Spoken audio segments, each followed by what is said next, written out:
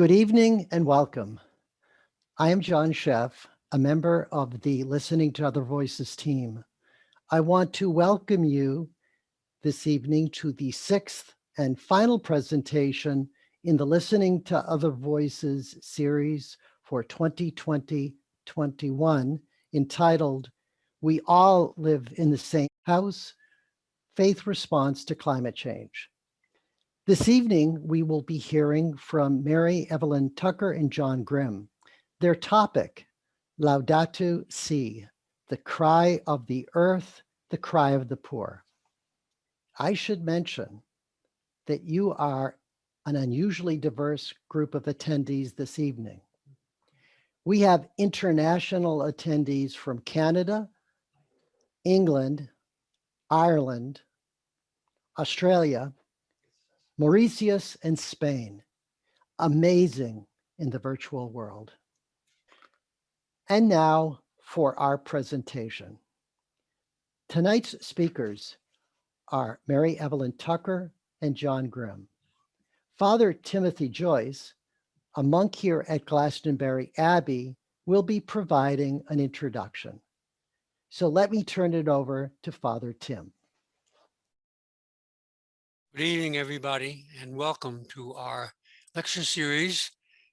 This is the finale in what has been the 22nd year of our Glastonbury Abbey Interfaith lecture series, which we call Listening to Other Voices.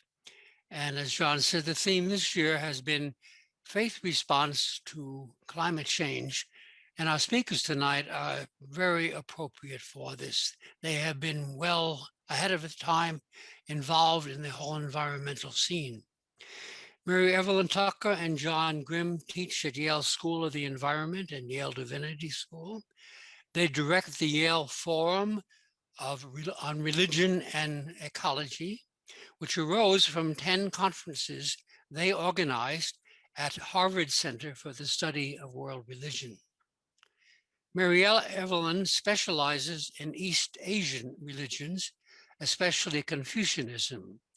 John specializes in indigenous traditions, particularly Native American religions. They have written a number of books, including Ecology and Religion. They are the editors for the series on ecology and justice from Orbis Books. They were students of Thomas Berry and collaborated over several decades to edit his books. More recently, they wrote Thomas Berry, a biography with Andrew Angel. With his article, The New Story, Berry was a major inspiration for Journey of the Universe.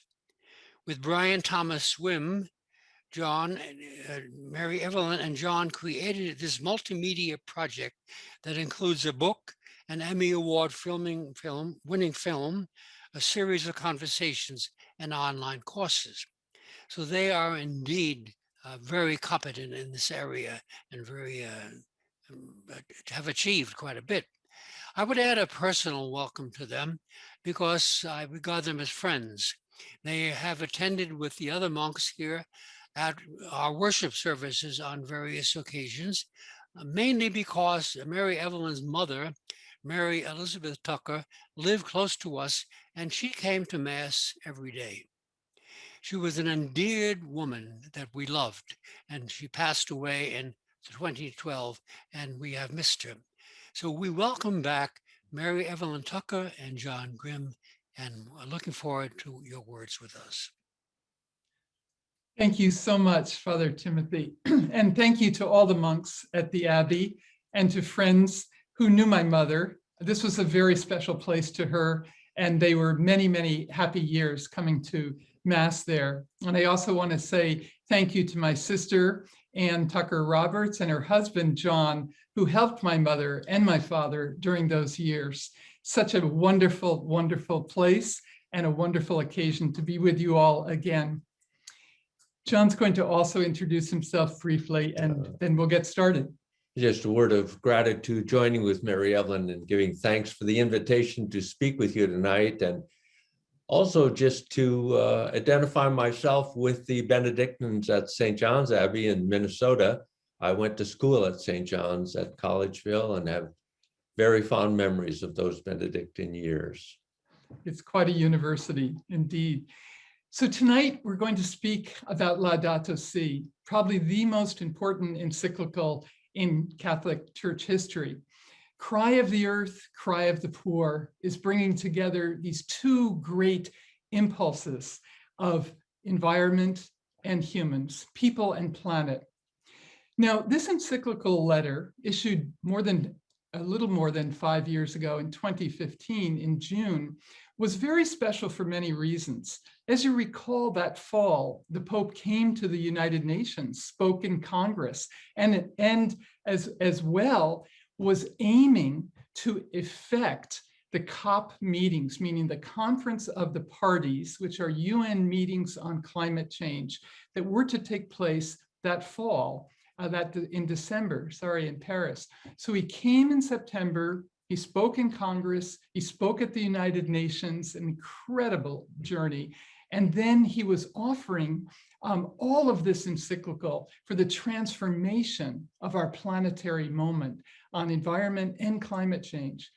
Now, we know we are dealing with the most dramatic moment in human history of tremendous weather extremes, drought, flooding, especially in coastal water areas around the world in Asia, but here in the United States, Sandy in New York, Katrina, and many other hurricanes that have affected our peoples, but peoples around the world. We now have 90 million climate refugees, creating tremendous pressure to feed, to house, to care for them, but also the upset of the Syrian crisis was because of climate change refugees and the movement up into Europe. It is very deeply connected to what's happening to our planet. Climate protests have increased, as you know, in the last several years, many of them inspired by young people. Our students and your children, I suspect, are deeply concerned about their future, and so are we. We like to speak of an intergenerational concern on these matters. We are also in a crisis of biodiversity and biodiversity loss. That means we are in a sixth extinction period where many species in our lifetime are already going extinct. Now, this is part of God's creation. How can we, as religious people, allow this to happen? Pollution around the world, of air, of soil, but especially of water. The Yamuna River in Delhi, all the rivers in India and in China and in our own country are polluted. Water is a huge issue, as we know from Flint, Michigan and elsewhere. This is affecting people for their health, for their children's health, and for their futures. When Pope Francis released the encyclical Laudato Si in 2015, and it was these issues, these emergencies, especially climate emergencies, that he was especially attending to. In the encyclical, he makes very pointed references to bishops' letters. You can see the list of countries, the bishops' organizations in these countries have developed letters on environmental issues, and Pope Francis cites them in the encyclical Laudato Si. This really helps locate the encyclical in the tradition and in the voices from in the leadership within the tradition. So obviously the Pope is indicating this is not simply an individual speaking, but rather the consensus of voices in the church. Also, the encyclical was pointedly addressed to every person living on this planet. The sense then that chapter 1 begins with this invitation and opening to every person on the planet, asking what is happening to our common home.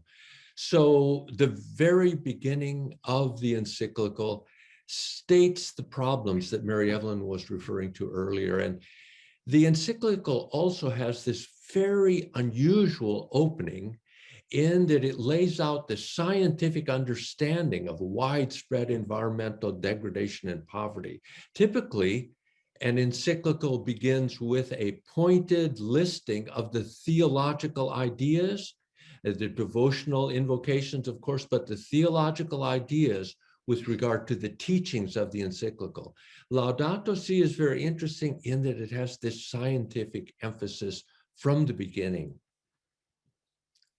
Now, we chose a text from each of the chapters that we're dealing with here. And this is then in this first chapter, I wanted to read and just make a comment on paragraph 23. All of the paragraphs of the encyclical are numbered. It reads, "The climate is a common good, belonging to all and meant for all. At the global level, it is a complex system linked to many of the essential conditions for human life. A very solid scientific consensus indicates that we are presently witnessing a disturbing warming of the climatic system." Let me just draw out, along with the encyclical addressed to each person on the planet, the Pope locates the climate emergency, climate as a common good, and the emergency affecting all of us. And also very clearly emphasizes the ecological dimensions of the climate, a complex system, then linked to many of the essential conditions for human life, this interwoven world that we live in. And he emphasizes the science. You know, it's very interesting, as John says, that it begins with science. And also, as you note, he, the Pope, and all the people who helped to write this did not deny the critical moment that we're in. Now, I want to introduce you to Hans Joachim Schellenhuber. He's called John. He's been head of the most distinguished institute, the Potsdam Institute for Climate Change Research in Germany. Hundreds of scholars working on this. He happens to be Catholic. He happens to be working very closely with the Pope and the Pontifical Academy of Sciences, and he helped with this encyclical. Now, I also want to note that the Pope was not present on the day it was released in June at the Vatican, but John Schellenhuber was. And there's two others that I'm going to share with you through this lecture who were also there. He is so devoted, a very influential figure in Europe and around the world. And I wanted to give him the grace and thanks for what he has done.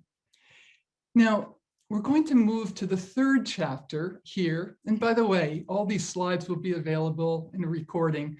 So if you're taking notes, don't worry. The human roots of the ecological crisis is chapter 3. And we're having the problems John just did, and then the analysis. Now, the Pope, with his advisors, said economic growth and progress without limits is a major part of the problem of where we are with the environment and with climate change. Now, he minced no words. He said market capitalism is a huge part of the problem. Now, again, this is not something we hear often here in the US, but he is saying we are not going to solve these problems with simply market mechanisms, and we're not going to solve these problems with technocratic paradigms. Technology may be necessary, but not sufficient, and we certainly do not want or need geoengineering to solve these problems. Now, another point in this chapter is what we would call, he calls, to excessive anthropocentrism. Now, that means that the concentration on the human, our needs, our greeds, our wants, is a major problem. And all people in the environment at our school here at Yale and elsewhere are very concerned. How do we balance human needs with a healthy environment, the well-being of humans and nature? We see this in our pandemic moment. So he's critiquing the human-centeredness rather than an earth and human-centeredness. And relativism about our values. Anything goes. It doesn't matter if we have luxury products and luxury this and that. So he's also critiquing overconsumption, over materialism. Another point he raises, and these are all drawn directly from this chapter, nature as a dead object to be used by humans. Now, this is something, again, that all environmentalists with an ethical concern are speaking about. Mm. With a religious concern, we can say nature is not dead, it's alive. This is an incarnational living system that we live amidst. And that's why the Christian tradition and others need to be involved in shifting this use mentality about nature, just resources, to nature as the source of life, of generativity, of fecundity, of our food, our air, our water. Environmentalism is food, air, water, and future generations. That's what the Pope is inviting us into. Now, he's also very practical, because he would say, if you're growing your food, if you're manufacturing your food, if you're raising animals in factory farming, what about the workers? What happens to them in terms of their jobs, their conditions, their health? So this goes back to social justice teachings of the church. In short, he's calling in this chapter and throughout the encyclical for a new synthesis. It's a very powerful idea, and we'll begin to explain more going forward. Here's one paragraph from this chapter. There is a tendency to believe that every increase in power is an increase of progress itself, an advance in security, usefulness, welfare, and vigor. But we cannot claim to have a sound ethics, a culture and spirituality genuinely capable of setting limits and teaching clear-minded self-restraint. Now, just a few points here. This notion of progress without limits, progress has a price. The American dream is all about progress, more, better, bigger. This needs to be rethought, revised, to be inclusive, to be generous, to be future thinking. And the notion of limitation or self-restraint, again, this is something that religion offers to us. We've got to reconfigure this in the US and around the world, because this American dream of consumption and materialism is what has spread in many, many parts of the world. That's what he's calling us to think about, to reformulate, and to reimagine. Just as I mentioned earlier that Pope Francis located Laudato Si in the lineage of the voices of the bishops, so also he acknowledged his predecessors very clearly in this regard. So John Paul II and his encyclical Centesimus Annus, which was 100 years after the powerful encyclical of Pope Leo XIII, Rerum Novarum, in 1891. So John Paul II brought forward that remarkable emphasis in Rerum Novarum, which questioned the dominion perspective. And it's cited that for those verses in Genesis, chapters 1 and verse 26 and on, that revisiting that idea and opening up possibilities of stewardship and emphasizing cooperative labor. So in the document that John Paul II, he was emphasizing in his encyclical the attention of labor and the context of labor in both the social human worlds and in the natural world.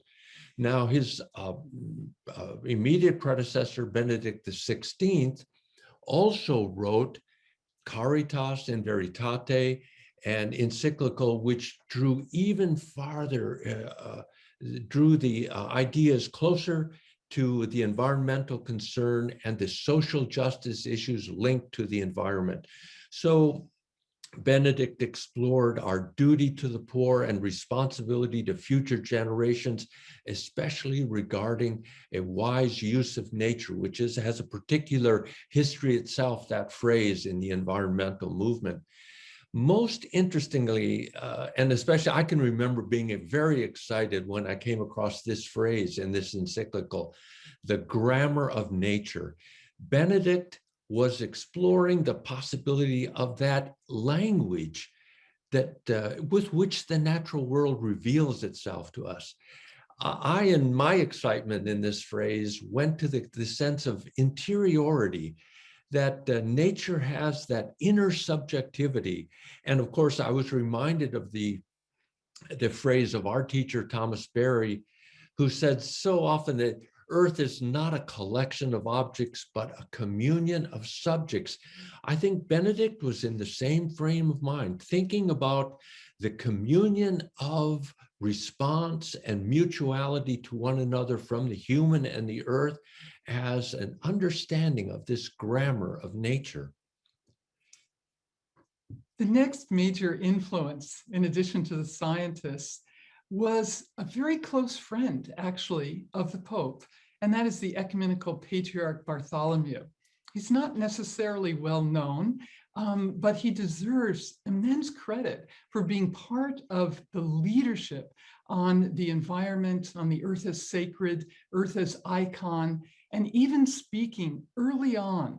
I was in 1997 in Santa Barbara at an Orthodox church where he was the major speaker, and he spoke about crimes against creation, ecological sin. It was amazing, picked up in the LA Times and so on.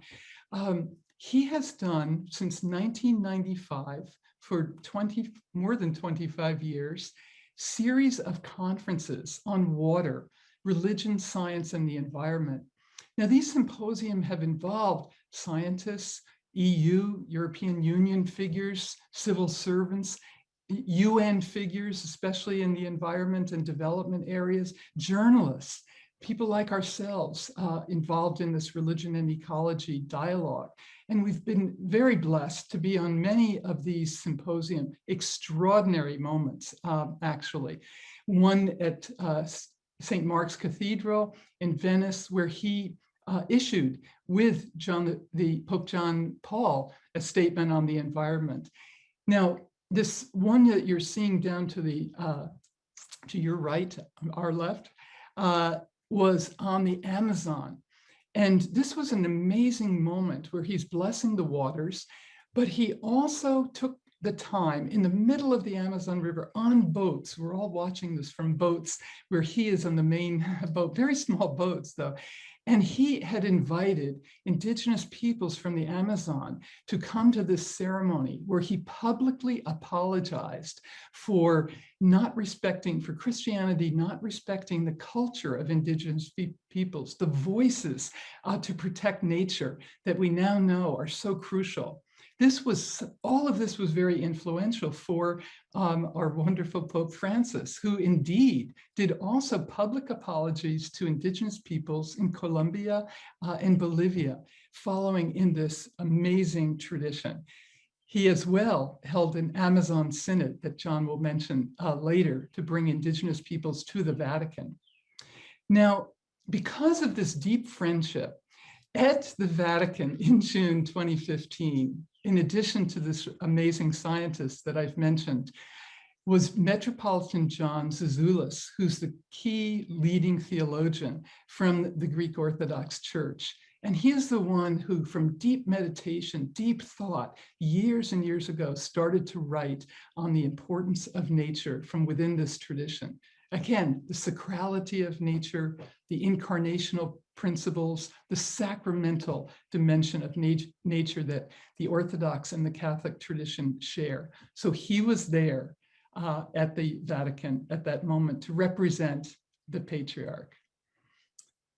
Now, finally, we're going back to the middle chapter of these opening chapters, the gospel of creation. And this is the promise. So we have the problems, scientific problems, we have the analysis, the economic analysis, and the Pope brings forward this beautiful sense of the promise, namely the mystery of the universe, the divine mystery within all reality, the harmony of creation in each creature that we'll see in Francis of Assisi too, the interdependence of all life and a universal communion. This is an eloquent, poetic chapter that I know that you will really enjoy reading. So to conclude here, the natural environment, he says, is a collective good, the patrimony of all humanity. This glimpse of a major painting by Giotto of Francis of Assisi giving a sermon to the birds reminds us that Pope Francis took his name from St. Francis of Assisi and obviously had a very close understanding and relationship of Francis's vision of the world and of connection with the world. And so it's this understanding that's also influenced me in my own work. It was at Fordham University when I was studying with Thomas Berry that I turned towards the study of indigenous traditions, and the person of Francis was very important in my life in understanding how it was that religious traditions can reach out with and have mutual regard and respect and reverence for the natural world. And I would reflect on this image of Francis painted by Giotto and remember that Francis was returned from Egypt at this moment in his life, and it was actually a very difficult moment for him. He had hoped to undertake a missionary activity in Egypt, but it did not go as he had hoped, and he came back very discouraged. And his brothers left him at one time to give him some silence and time to reflect. And when they came back, they found him speaking to the birds, and he was delivering a sermon. And he reflected on how he had found a whole new audience to speak to, someone new to speak about the wonders and the mystery of creation. So it's in fact Francis of Assisi then that appears in Laudato Si. And in this particular statement, Pope Francis remarked that I believe that St. Francis is the example par excellence of care for the vulnerable and of an integral ecology lived out joyfully and authentically. It's this sense then of the example of Francis who is bringing together that integral ecology, joining social justice for the vulnerable and ecological awareness of justice to the earth itself too. So we have in Laudato Si very clear influence from the Franciscan tradition, and the use in Laudato Si of the phrase Mother Earth, very much leaning on this understanding of the earth as alive and generative as a mother, and the citation of Francis of Assisi's canticle to Brother Sun and Sister Moon, and situating the reader in this awe for the natural world that he would evoke action for environmental regard. This reverence then that Francis brings to Laudato Si also evokes responsibility. And I think this is such a crucial point, that the kinship that Francis presents to us in speaking of Brother Sun and Sister Moon, it opens up the possibility for universal solidarity. Flowing under it as the ground is this responsibility, this deep responsibility. Now, we have the third person who is the key convener in June of 2015. So we have our scientist, John Schellenhuber, who's I'm on a committee with him with the Vatican, so I know how extraordinary he is. We've also been privileged to meet John Zazoulis from the Orthodox tradition, as well as Cardinal Turkson. All three of these are amazing people. And so it indicates this ecumenical spirit of the encyclical and interdisciplinary spirit of having all these individuals there. Now, Cardinal Turkson, as you may know, is one of the great spokespersons for the encyclical and for the Pope. Some people say he might be the next Pope, but he is now head of the Pontifical Council for Justice and Peace. He's originally from Ghana. And here are some of the principles that the Pontifical Council contributed in their, probably the first draft came from there. And these are the principles that Cardinal Turkson brought forward: that the moral imperative of all peoples to be protectors of the environment, that care for creation as a virtue in its own right, and that the need for a new global solidarity to direct our search for the common good.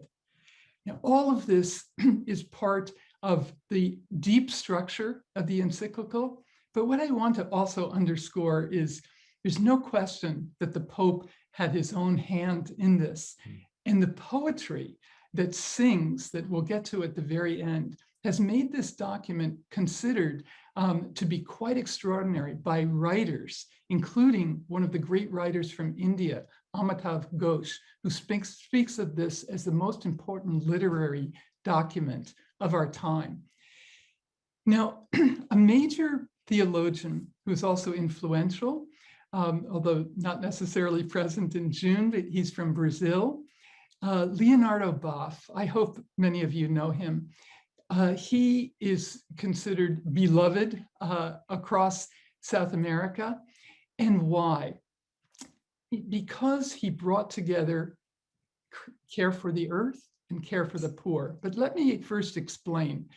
Ecology and justice, that's so crucial to this whole document.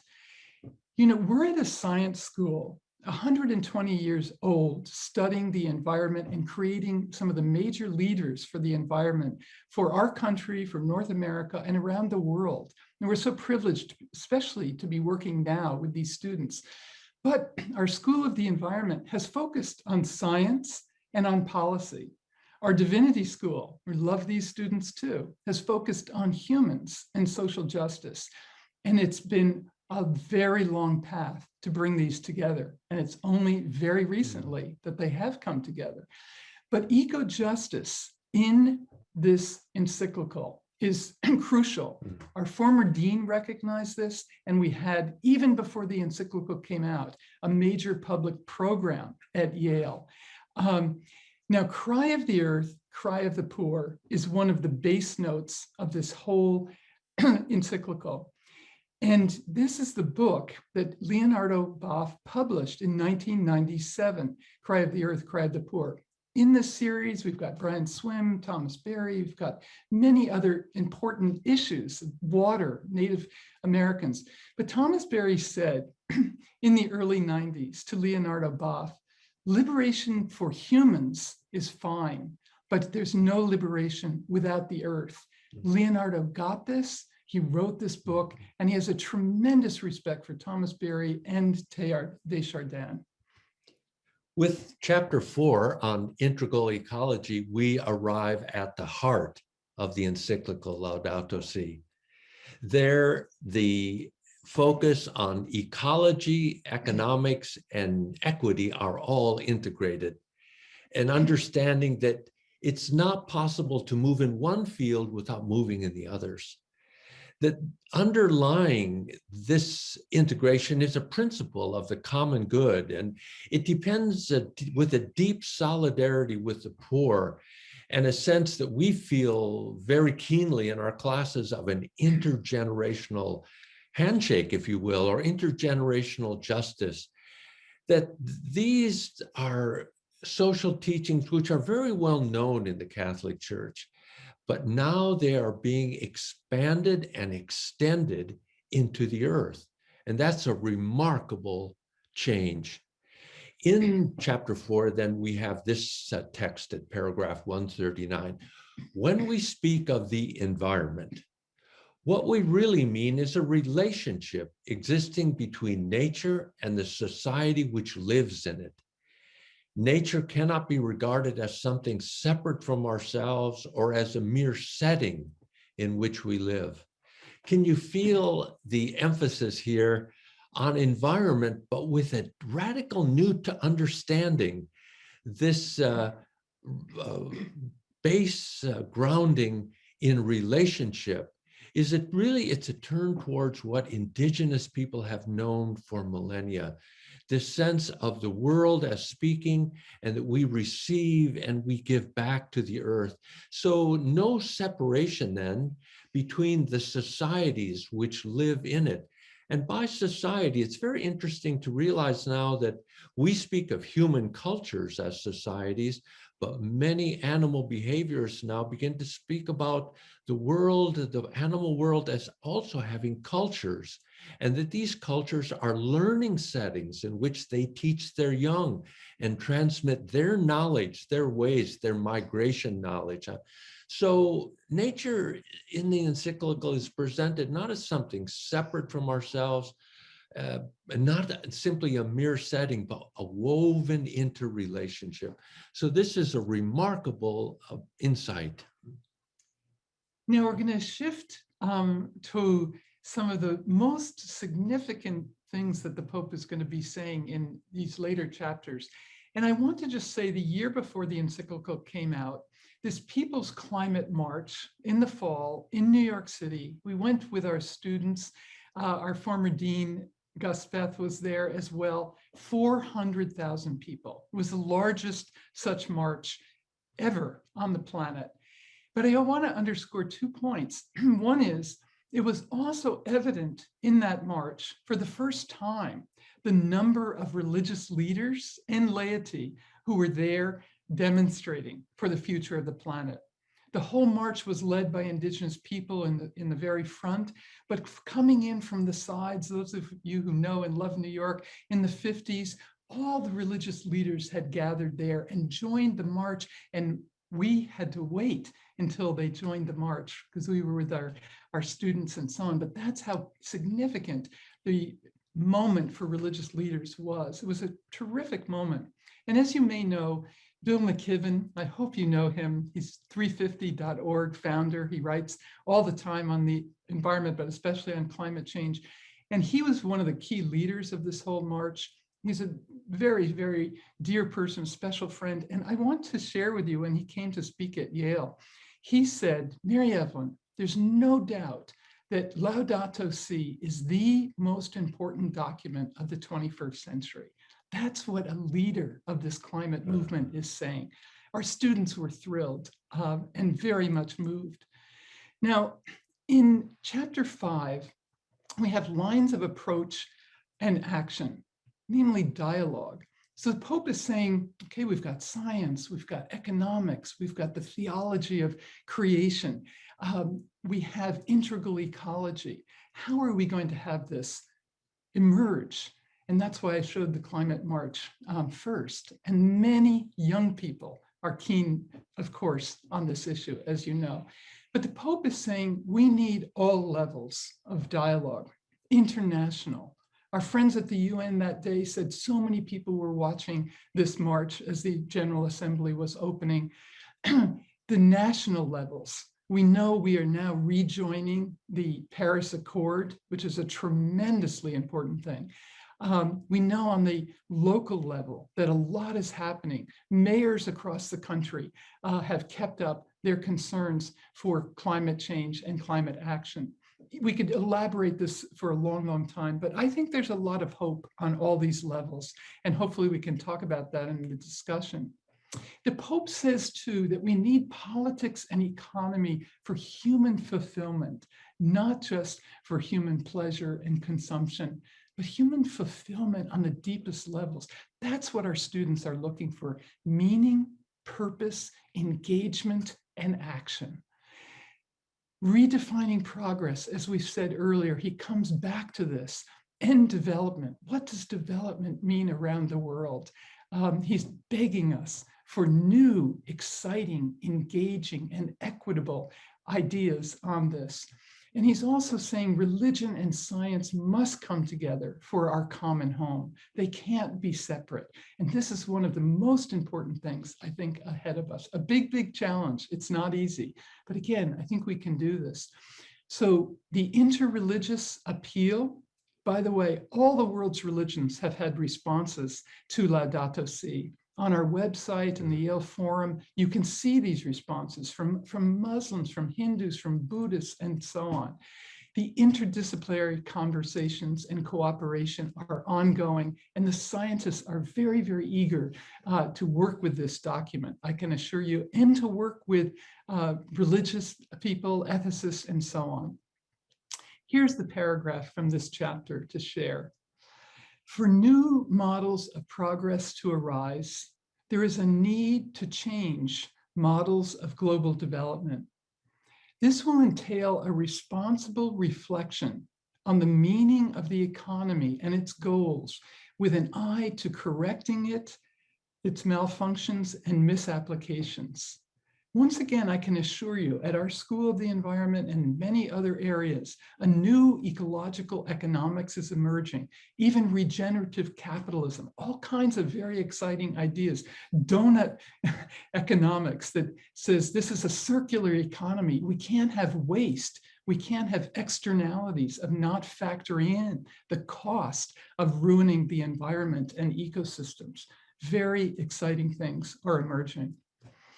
Now, I've just mentioned, as we draw towards conclusion, the Paris Agreement of countries to make voluntary commitments to reduce their greenhouse gases was a major step forward, done with immense effort, with getting China on board, with getting India on board, and John Kerry and others really helped make that happen. And it's so terrific that he's out there leading this again. So in Paris, there were artistic, musical performances. There was civil society was involved there. And some people would say, well, it's not enough, we have to do more. But one story I'd like to share is one of our colleagues right across from my office at the School of the Environment. I said to him after the encyclical came out, Dan, what did you think of the encyclicals? I was so excited. I've read it many, many times and it still thrills me. And Dan said, well, I don't know, it didn't deal with cap and trade and economic scheme. And I was like, I sort of held my tongue, but I said, oh, okay. After Paris, December 2015, in January, we had a wonderful panel at our School of the Environment, and several of us were speaking. Dan was the first speaker. He held up Laudato Si. Now, he's an international lawyer of some repute. He held this up and he said, this is why we got the agreement in Paris. Remember, that's what the Pope was aiming for. An amazing moment for all of us to hear that. And I think part of what it is that Mary Evelyn and I feel about this moment that was the setting of the Paris Agreement was the moral force that was brought forward. And this picture is very moving to me because the gathering at Paris was one of the first international meetings where indigenous leaders were given voice. This was not a perfect moment for involving them, but it was a significant bringing of indigenous leaders to the table and so that their voice could be heard. Of course, this resonates in my own studies with indigenous people, but especially I am put in mind that in the 1990s, a good friend, John Borelli with the bishop's office then called to speak about a gathering that Pope John Paul was putting together. And was it possible that a religious leader from native peoples that I had interacted with, that one could to come and present a prayer at that meeting? And it was John Pretty on Top and his nephew Burton Pretty on Top who went to that meeting. And so every time I see the gatherings of peoples to have interreligious dialogue or dialogue about issues, and when indigenous voices are there, I know that this meeting has a serious intent. It's not just for looks, because indigenous people, we all know, have experienced the pressures and the losses and the agonies in ways that none of us are sufficiently aware of. But now indigenous people are standing up in very special ways to speak about not only their own history, but the sense of this history of the earth and the interaction of the religious traditions with the earth.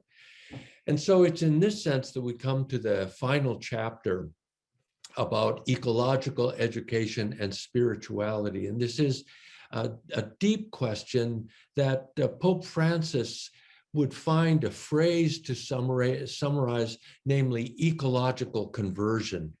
So in this chapter, he's groping towards this new lifestyle that we're trying to develop, trying to cross over into the 21st century, into this new understanding of the web of relationships that we are. And he uses, of course, religious language like covenantal language to talk about the relationships of humans and the divine and humans with humans, but now a new covenantal understanding between humans and nature, like the covenant with Noah in the Hebrew scriptures, where there's an effort to search out these new human earth possibilities. So as this new synthesis is taking shape, we begin to find new language. We're hoping and groping towards new ways of understanding this ecological education at very elementary levels and the new forms of spirituality that are emerging. We have then in chapter 6 this text that we wanted to think through with you.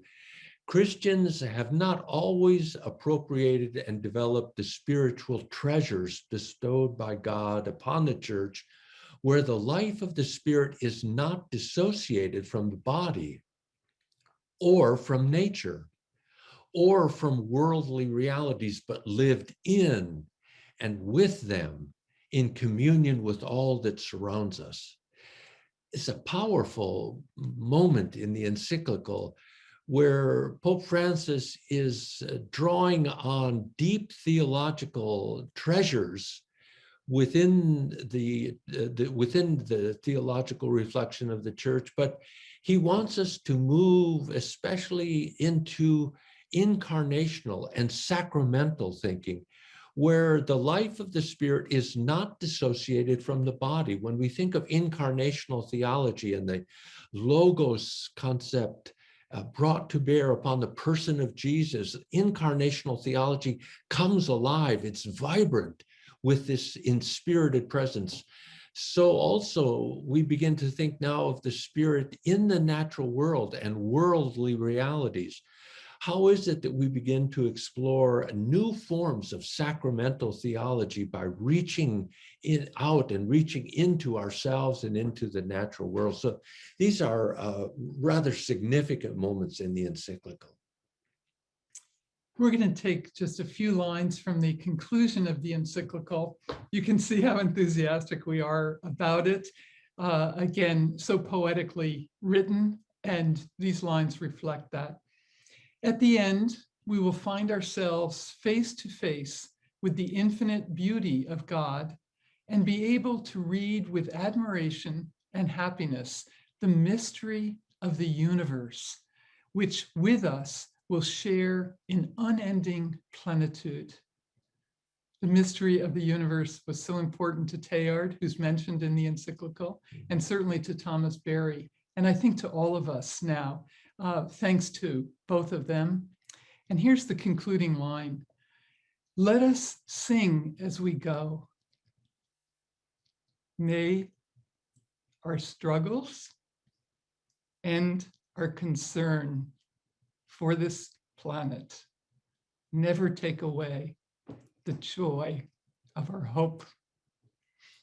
I love these lines, as you can see, and I think the sense of the joy of our hope is what the Pope has given us. I like to say, hope with the Pope. It's an amazing document. I hope that you will read it and enjoy it and think about it in the days to come. Our final conclusion is the resources that you might want to tap into of the global Catholic climate movement, which is run from Rome, out of the Vatican. Thousands of people are involved in this. Here in the US, the Catholic Climate Covenant is doing marvelous work with Dan Michla and many others.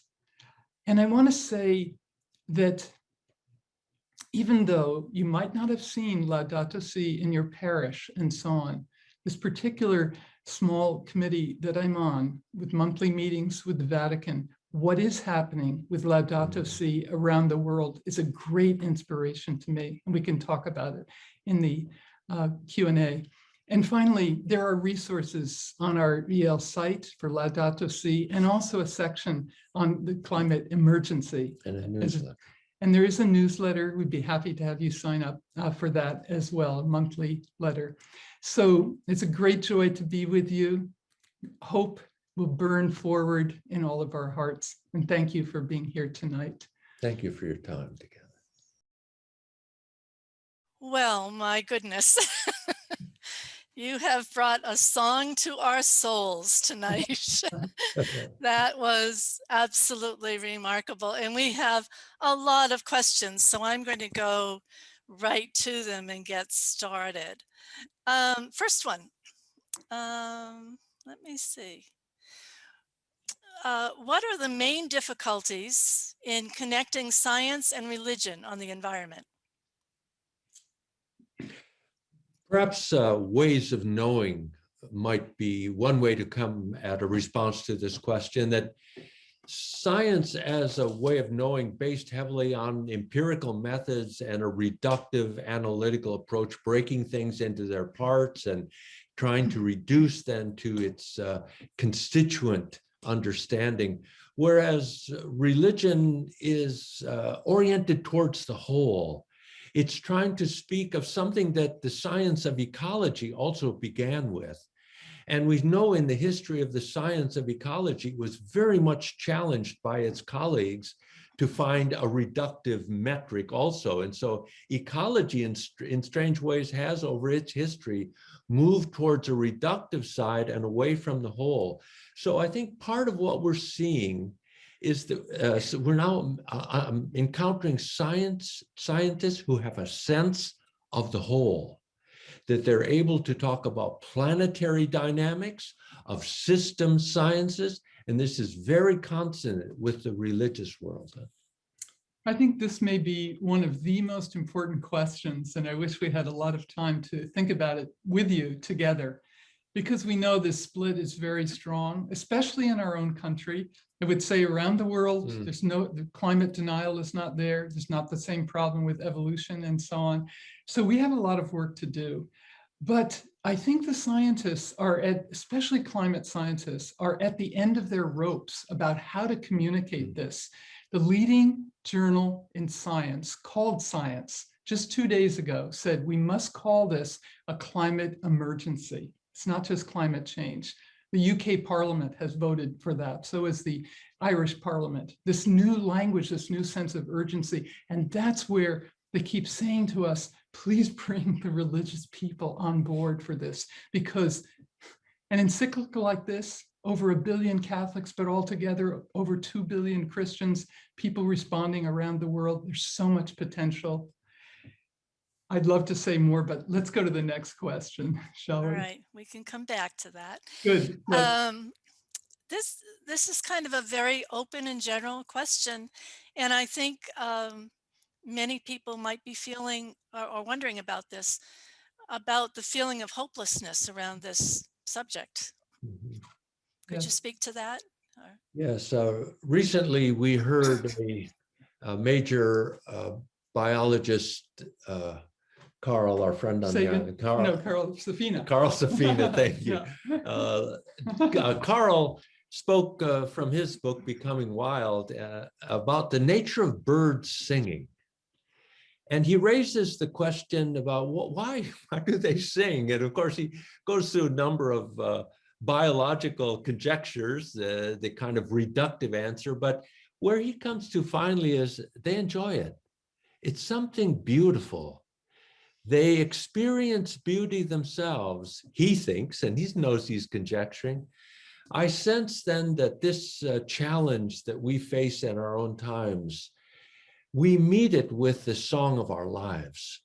We know from Aboriginal peoples, indigenous peoples in Australia, their encounter with their life and the challenge of life, that they were taught by the land the songs and the lines of songs in their land. And those song lines gave those people who lived in that region over 50,000 years now, longest human habitation that we're aware of. And they speak so clearly of what gave them the endurance to go on. The sense of the song, recovering the song of who we are in relationship to this earth. Again, this is a number one question, and thank you for asking it. Yeah. And I wish we could deliver a perfect answer, but you know, this is an ongoing thing, isn't it? Yeah. Rilke said in Letters to a Young Poet, we live the questions. Yes, And yes, this is my daily question. exactly.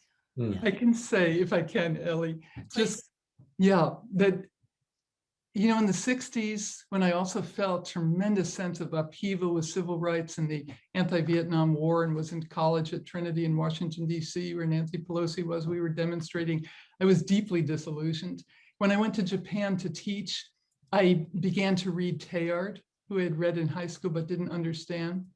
And Teilhard gave me something of what John is talking about, a deep sense of time, of endurance, of the unfolding of this evolutionary process that is filled with complexity that gives us awe and wonder and beauty. That, I think, is one of the greatest sources of hope and transformation, where we can reignite ourselves daily with the processes that are around us, even as they are unraveling. And I want to say what Teilhard was trying to do, this isn't just a beautiful story, something like A New Story or Journey of the Universe. It's a functional cosmology, because Teilhard was so worried about the problem of human energy in Europe after between the two world wars. He said, we've got to dynamize human energy. And that is one of the most critical things we can do, especially for the next generation, so they don't give up hope. That's what Journey of the Universe is an offering towards. Awe, wonder, beauty, and human energy for the transformations that we need to be making. Yeah, renewable energies. And of course, you're referring to Teilhard de Chardin when you speak of Teilhard. So maybe you could just say a word about him for maybe someone who's not familiar with him. Teilhard's dates are helpful. 1881, and he died in 1955. So he's a 19th century personality, at the heart of the 20th century. But his vision was a vision of evolution, and he is largely responsible for the reason that evolution is accepted and can be discussed in the Catholic Church. That Teilhard wrestled with this concept in terms of the religious vision that he had and what it meant to be part of a vast evolving universe. And so for Teilhard, matter and spirit are the dynamics drawing forward. And it's a very complex and rich vision, but he was himself exiled to China and forbidden to teach, but he never was forbidden to do his scientific work. So his spiritual writings were published after his death. Yes, and I'd recommend something like Hymn of the Universe, where this sense that we've just been describing in the encyclical it just glows and flows. And the other one is Divine Milieu. He felt this whole of this unfolding universe, 10 billion years. This is a divine milieu. It's a great, we helped direct the Teilhard Association here in the US for 40 years. It's been one of our greatest inspirations. And I'll just conclude by saying Thomas Berry said, we have to take Teilhard's inspiration and make it into a story that's accessible. And that's why Brian Swimme and Thomas wrote Universe Story, and why we made with Brian the Journey of the Universe, to make this accessible. And our students are deeply inspired by this perspective. I love this rhythm between story and song that I keep hearing. It's just wonderful. I'm going to go to the next question. What positive responses have you seen as a result of the encyclical? You were on the committee. Well, as I was saying, this committee there are, again, I want to pick up on the young people because they're our greatest hope. So we've got people who like Greta Thunberg and others, Friday for the Future, and very inspired by her and the Sunrise Movement. Look them up here in this country. Extinction Rebellion. These are powerful movements. And on these calls, we are getting reports from what people are doing, ranging from liturgy, liturgies of mourning and remorse and loss, and liturgies of celebration and new beginning. There's a liturgy in the fall called Seasons of Creation. You can Google it. A whole book has been written of the daily readings and how we can integrate a sense of the earth and a sense of this kind of inspiration. So liturgy is emerging as a very, very important way forward. There's an Earth Chapel that's been built. How does this come out in architecture and so on? And then there's all kinds of projects ranging from restoration of rivers, of seabeds and so on, and of forests and tree planting. And this is true for many of the world's religions. So I think if we are able to elevate, nurture, yeast this movement, it's unstoppable. And I just wish that we could get a vision that's larger than the enclosed news of our American scene. A lot is happening. Mary Evelyn also mentioned the website of the Forum on Religion and Ecology. And on that website are statements that have come from out of different religious traditions in response to Laudato Si. So I think that's a major appearance on the scene now of other religious traditions speaking from out of their revelation about these questions of climate emergence and biodiversity loss and acidification of oceans and pollution. So the range of environmental issues that the encyclical makes us realize are not separate, but all woven into one another now. Wonderful. I think we all want to just come down and be with you. Just have dinner with you. All right. This is kind of a long question, so I'm going to read it carefully. I'm feeling a disconnect between the words of religious leaders, such as the Pope and the Patriarch, and the settings in which they present themselves. Gold-adorned vestments, church adorned with gold, and etc., and the call to sustainability for the rest of us. Part one. Also, there is a glaring absence of women's voices at the top levels of the churches, and surely if we are to change the world, the churches need to practice in their own structures the equity that they preach. Please comment.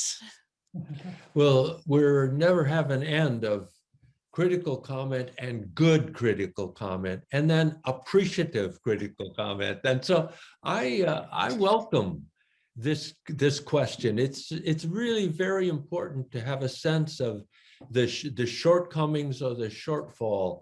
And the early part of the question, I got to.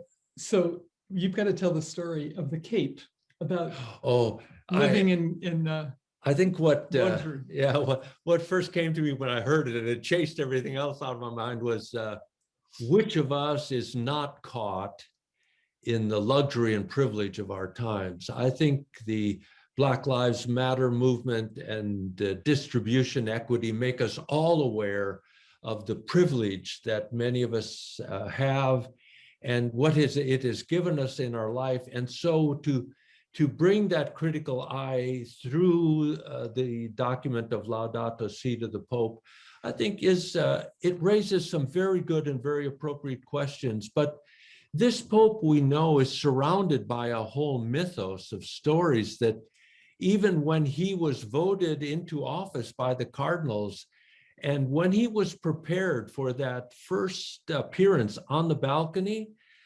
it was told by those around him that there's that small little furred cape that the Pope wears. I believe it's in red and he's in white and it's in red, and they put it upon him. And he said, "What's this? What's this?" And they said, "Holy Father, this is what you wear when you first appear, and you have to wear it." And it said that Jorge raised his finger and he said, the circus is over. And so if it didn't happen, the mythos is still that this is a gentleman who has himself a critical vision of that privilege, and he seeks to break through it. There's no question, I mean, that the church can be criticized for elaboration, shall we say, but not this Pope. I mean, this is the Pope who's living, again, in a place I've been to for conferences there. It's a simple building, and he's eating with everybody who's also there.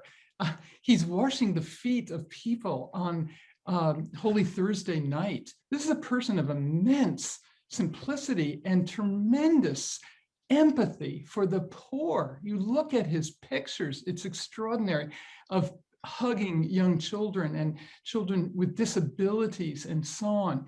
This Pope, and I can say this because we live in a very secularized world at Yale, and there's no one who's not really loving this Pope. So yeah, the women's issue I wanted to say something about, because I couldn't agree more.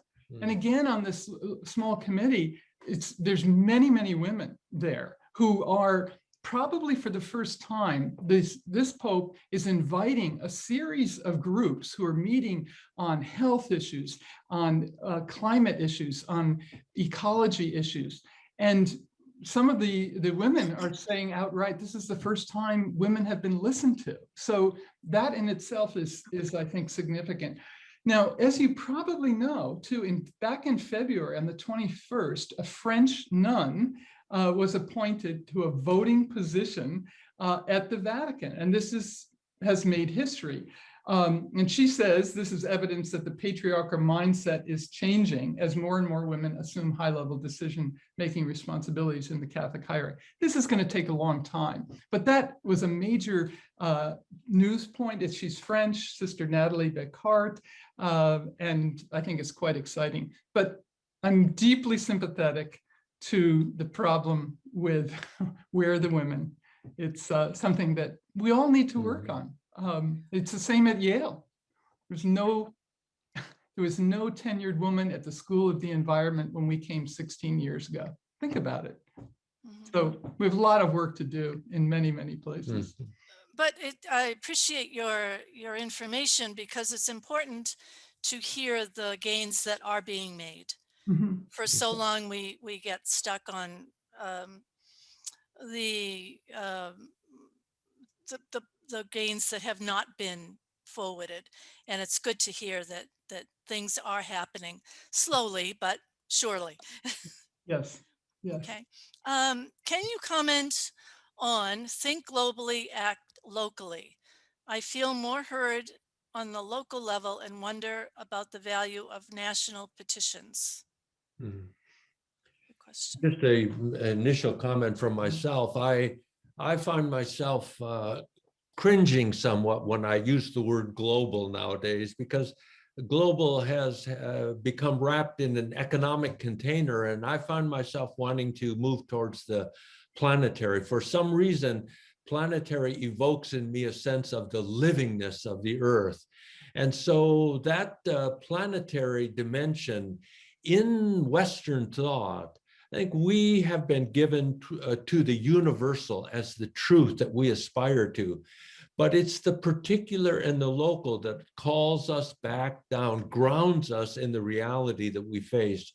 So if I want to use the word planetary, I also want to find examples or an understanding of what it is that I'm talking about in local settings. This is, again, a great question. I appreciate all of these. I'm trying to write them down and think about later, too. Yes, we can do a lot on the local level, or I hope we can. And I think the national level, we have new openings, frankly, amazing openings in terms of the environment, EPA, climate change, climate justice, and so on. I think there's still more to do, but change is fortunately happening, as we all know. And I also think on an international level, here would be my plea, 2 points. One is, we are not beloved at the UN. I have gone to many, many international meetings, and it's quite sad, actually. A country I love, the potential we all know of it. And yet the United States doesn't join many important agreements. It's held back on many important agreements. I've had people come up and literally yell. And especially on climate change, we have got to join. In one of the COP meetings in Bali, the UN representative was shut down, shouted down, and said, if you do not join us in what we need, don't even bother coming. This is a new opening now, I'm trying to say, with Kerry and with Biden and a new team. But we must have humility.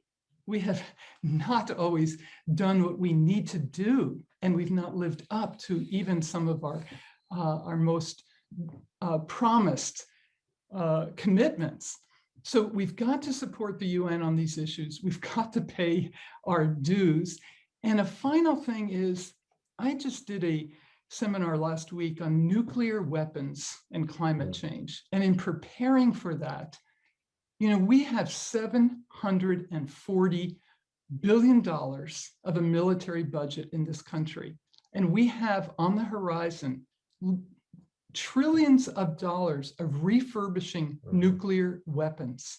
How can we have justice, have a Green New Deal, have climate change fixed, have people have jobs, security, health, education, welfare, 800 military bases around the world? We must speak out about these issues, and the Pope does, and it's in the encyclical very, very clearly. So we've got to support the UN, especially on climate change and a whole range of other issues, and we've got to rethink what's happening with these nuclear issues. And a big shout out to the Catholic workers who've kept up these protests for years. Sister Megan Rice, a dear friend, was a character witness for her in an arrest at the Oak Ridge nuclear plant that she went into as an 82-year-old nun to protest this. You get my point, but we have resources to change these things that are completely out of balance. Right, thank you. This next question, I think, is on everyone's mind. I feel this problem is so vast. What can one person do? It's the Margaret Mead response, isn't it? That she makes the comment, if one, how does it go? If one thinks that a small group can't change things, well, that's the way all change has happened. And I've paraphrased it badly, but this sense of the abiding hope in the small that gets by, abiding hope in the intimacy of this existence, this life that we come into. Thomas Berry would often make this comment, all of life is intimacy and distance. He would laugh and begin to talk about what he understood by intimacy and distance. And I feel that so much when I talk with students about the environmental issues, which are overwhelming, or even the journey of the universe, which some people hear the story of the emergence of the universe, and they say it's overwhelming. I don't know how to think about such a vast, complex event and situate myself in it. We are challenged in our life in so many ways to see how intimate we are with these vast realities, and the religious traditions have sought to locate people as a microcosm in the larger macrocosm of these vast systems. And I think that's where religions have always been a consolation for people, that we are challenged by the human condition. And rather than simply rage in our despair, we begin to understand that there are ways forward into that distance, which are very intimate and small and quite beautiful in their approach. So again, a great, great question. And this is why we're teaching. This is why we're trying to help our students answer that question too. But you know, this isn't just about an individual. This is about, as John was saying, it's about community, it's about groups, it's about a sense that empowerment comes from not withdrawing and putting all the burden, which I sometimes do, I confess, you know, on one's own shoulders. It's not healthy, it's not productive. And I think a lot of us have been living, frankly, in the last 4 years with a tremendous sense of disempowerment and despair on our shoulders. Both of those things, disempowerment, despair. But we have, and this is what I find why Teilhard is so important, the openings that the universe is giving us right now is what we must walk through that door with a sense of humility, with a sense of urgency, and with some deep sense of hope and possibility. Otherwise, we'll never get there. And I can see in my scientist friends who don't have necessarily the hope and possibility that a religious tradition gives us, they are so worried about the future. So just to conclude, because it's so important, I thank you for the question, but what I try and do is not take in too much information from news. We don't have a television. We haven't had it for years. I didn't grow up with it, by and large, except for PBS and some, you know, it's a lot of redundant noise. It kills our spirit because this is not healthy news. It's the sad, bad news that we're drowning in. So information has to be carefully curated. I think we've got to work. I write every day in a journal to try and generate these deep sources, well springs of hope and possibility. I try and engage with other people. I would say I try and not overwork, but I do all the time. And so I recommend that you don't. Okay, let's continue. Thank you. One of our attendees has posted the quote that you were looking for, John. Never doubt that a small group of thoughtful, committed citizens can change the world. Indeed, it is the only thing that ever has. Thank you. That's exactly what you were looking at. Yeah. Okay, is ecology finally the place where religion and science can find a common language? I think there is something to that. Ecology was coined in the 19th century by Ernst Haeckel, if I remember correctly. And Haeckel had very definitely a sense of the whole that someone like the explorer who wrote the Views of the Cosmos, Humboldt, Alexander von Humboldt, also speaking of out of a sense of the whole in which particularities were given their place. And Humboldt especially very committed to empirical investigation, but rather than simply a reductive mode, he was constantly searching for the whole. Ecology has an interesting history in that it sought a place at the table of science.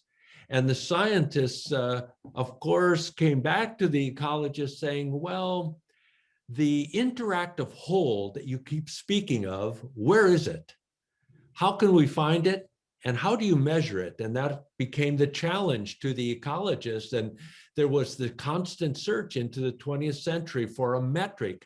How do you finally measure? And so the sense of a hierarchy of values and of food pyramids and finally energy flows gave rise to a whole new turn in ecology into a metric, a mathematical metric of measuring flows from one species to another. But what we find now is that the language that's used of ecosystem services, and it's a way to talk about what ecosystems benefit, what they give to the humans, and that we can now literally measure. So ecology provides a way of quantifying that. But by quantifying it, it pulls us away from the wholeness, the vision of wholeness, and the visions of an interactive, related world. So ecology itself has internal challenges in this regard. Again, a great question. I'm just going to very briefly certainly pick up on what John said. I think what's emerging is this sense in ecology and among nature writers and many artists is we are part of a living Earth community. And we've done a book on this. You can find it on our website with video interviews of many of these extraordinary people who are working with the animal world, the bird world, the fish world. This Carl Safina we just had yesterday to our class, brilliant communicator of the livingness, the cultural exchange, the communication taking place with whales, with birds, with chimps, and so on. It's thrilling to know that there is, as John said earlier, ways of knowing in the world that are so profound. How do birds migrate 6,000 miles and so on? So we are recovering this sense that we're in a living Earth community, and that will be a source of the reverence that we've been speaking about throughout this talk. And that's what the Pope is also inviting us to. It's a sacred universe. It's a living universe. One of our dear colleagues at the Divinity School, an African-American theologian, says, "Where is our doctrine of creation in Christianity?" And he said, the world is alive and communicating. This is a profound Protestant theologian who's going to have an amazing impact going forward, I can assure you. Willie Jennings is truly remarkable. Well, I'm looking at the time, and I'm going to say that we are out of time. So I don't know what to say to you two. You really have presented not only a wonderful presentation, but your discussion and answer to the questions were so thoughtful and deep and enticing and invigorating. So thank you so much. And I'm going to send this right off to John. Thank you so very, very much. Do that. You're most welcome. Thank you for helping moderate. Thank you again, Mary Evelyn and John, for this very thought-provoking presentation. For me, your clarity of expression about these very complex issues, paired with your obvious passion, made this a truly inspiring evening. Tonight's presentation concludes the series for 2020-21. But I have some exciting news for you this evening about the Listening to Other Voices series for 2021-22. The theme for the series for next year is Hope and Healing in a Fractured World, a faith response. The first presentation will be October 21st. We will have a very diverse group of presenters. One of them will be speaking from his home in Northern Ireland. One of them is a musician and cantor. Most of them are well published. Finally, it is possible in the spring of 2022 that we may be able to switch from an entirely virtual presentation to a hybrid model, which would include in-person attendance. More information will be coming forward in the fall, so I advise you to stay tuned. Remember, it is your donations that keep these programs running on this new platform. You can donate at the glastonburyabbey.org website, where you will see the red button, obvious, hard to miss. Click on it and you can proceed to a donation. Finally, thank you to all of you who attended, and especially thank you to the team that produces these events. As is our tradition, we will conclude this evening with the Glastonbury Abbey prayer, and let's recite it together. Eternal source of all that is, has been, and yet will be, All time and space is made holy in your infinite love.